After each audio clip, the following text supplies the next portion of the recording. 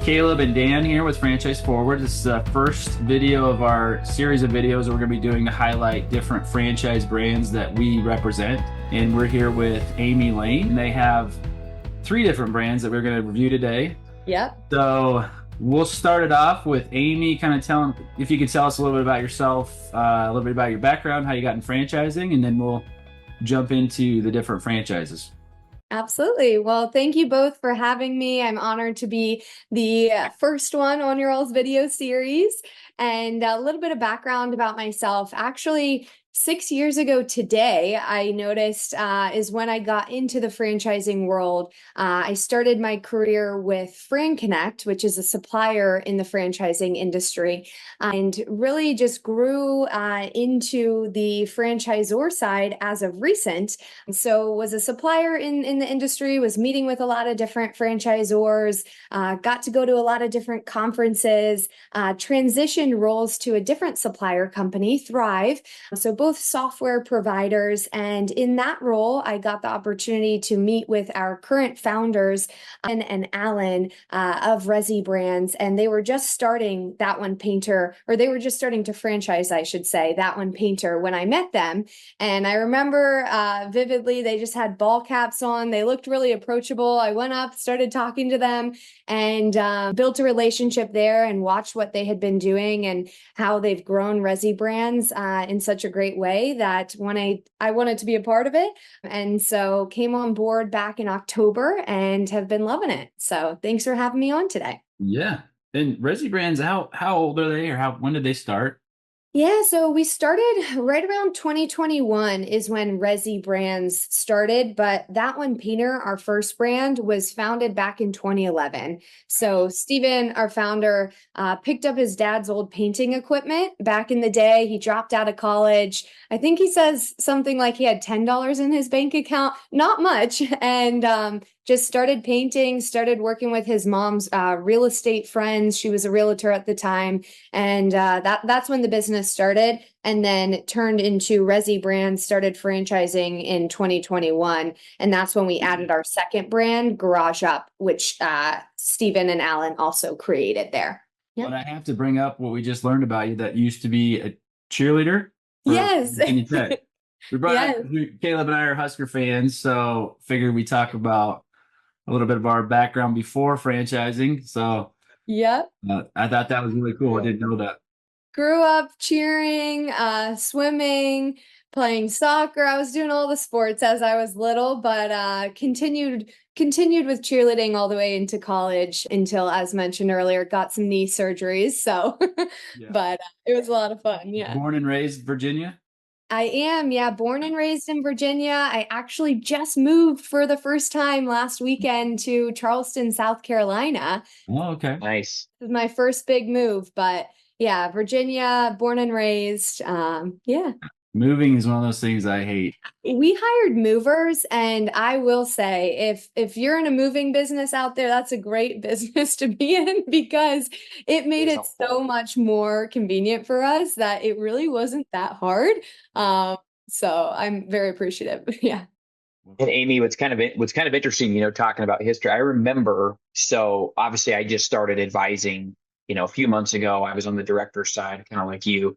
But if you remember back, I don't know if it was like a year and a half, 2 years ago when you were with Thrive, Yeah. we had conversations about utilizing your services with the brands that I was with.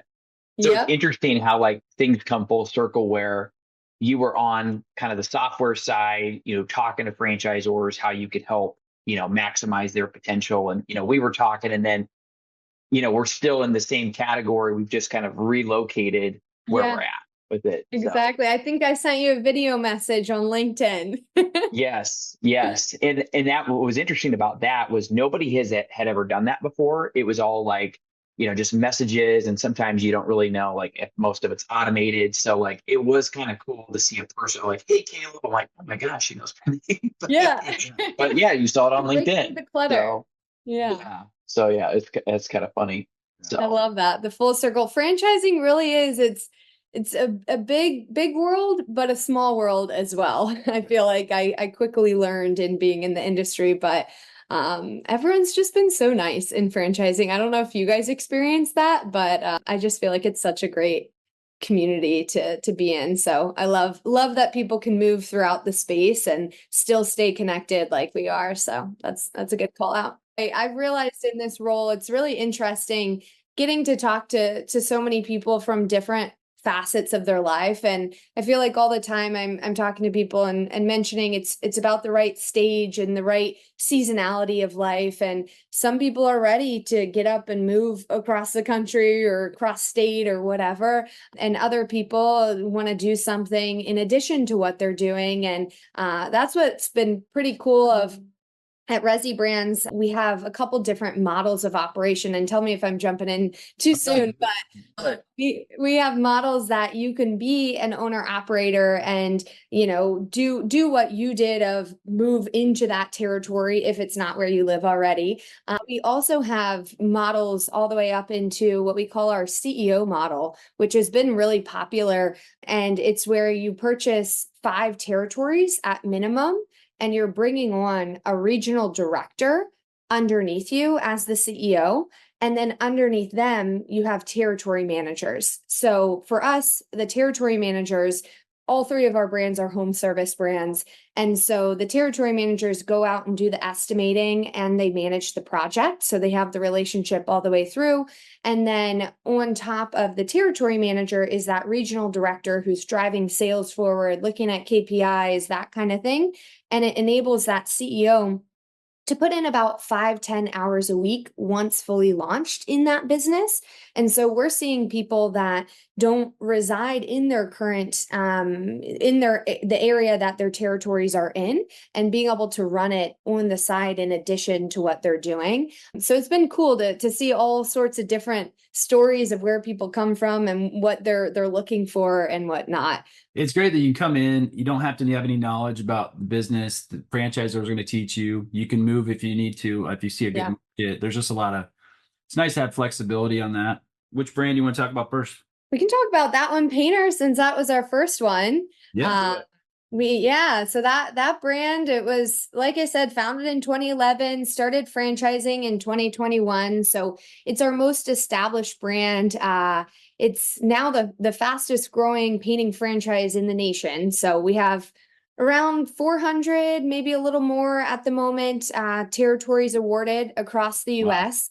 So it's been going really well. What I think is so cool is we had our annual franchise convention a couple weekends ago, and a lot of the owners are that one Painter owners, because that's what we started with. But it was funny talking to people, hearing that, hey, my brother-in-law's over there, they own this territory, and my cousins over there, they own that territory. And so it's been really cool to see it grow within people's family systems. And I think that's kind of a true testament to the quality and the happiness of our franchise partners, that they're telling their friends and family and growing within that way. So I think that's what we're kind of most proud about there, is not necessarily the numbers, but the quality of our franchise partners and them growing as well by stacking on territories or stacking on brands. So we're starting to see that too. But that one, Painter, is interior, exterior painting,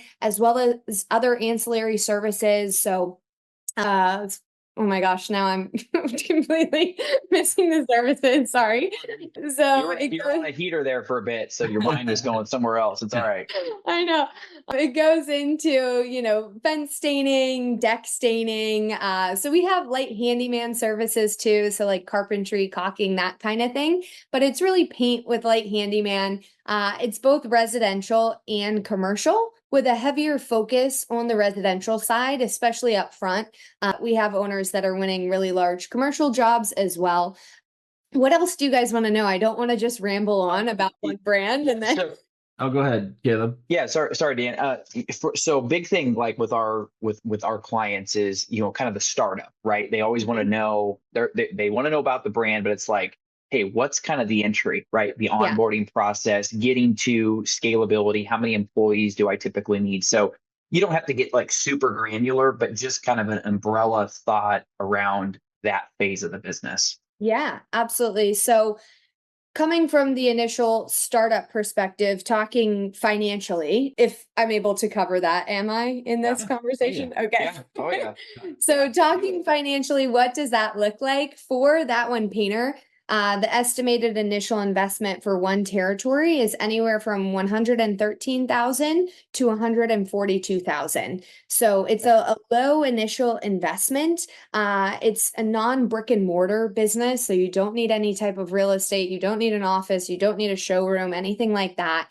You're starting out with a truck, and then your employees themselves for both that one painter and Garage Up, just so you know, are subcontractors. So we have tons of different ways for our franchise partners to find subcontractors in their area. I won't give away all the secrets on this call, but we have tons of those. And then as far as getting launched, getting onboarded, all of that, we actually start off our owners with an online training platform. So we don't want to put them to sleep. So we don't want to give them too much material to just read through.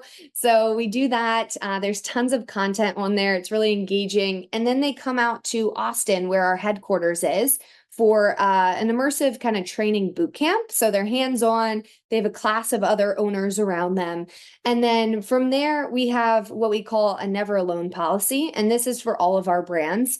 We always assign a designated success coach. So that person is doing weekly one-on-ones, they're doing group training calls, those kind of things, reviewing the estimates with our owners. And then following to that, we have some in-person training opportunities as well. So we do Resi Boost, Resi Sales-a-thons. They're ways of helping our owners out as they have already been launched. They're running their business. They maybe need a little boost. So that's a Resi Boost. And then Sales-a-thons are like regional events. So our owners have a lot of fun collaborating with each other, having healthy competition, as we were talking about with the football teams. You know, that's important in the business side as well. And so that's kind of what it looks like to get started, to get launched. You'll have that onboarding coach that's with you. Does that help a little bit answer the initial kind of phase or pieces?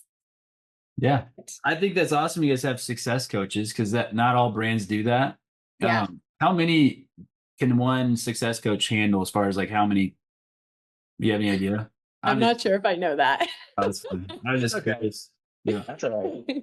What I do know is that we're constantly growing our team. Resi corporately has over 100 employees, which I found to be quite large in my past experience. When I was going out to different headquarters, I was always kind of shocked by how small the corporate teams were, with how many franchise owners there were. And I definitely believe in small but mighty, but I've always felt really confident about our support and the infrastructure we have in place, because we have such a large team in-house.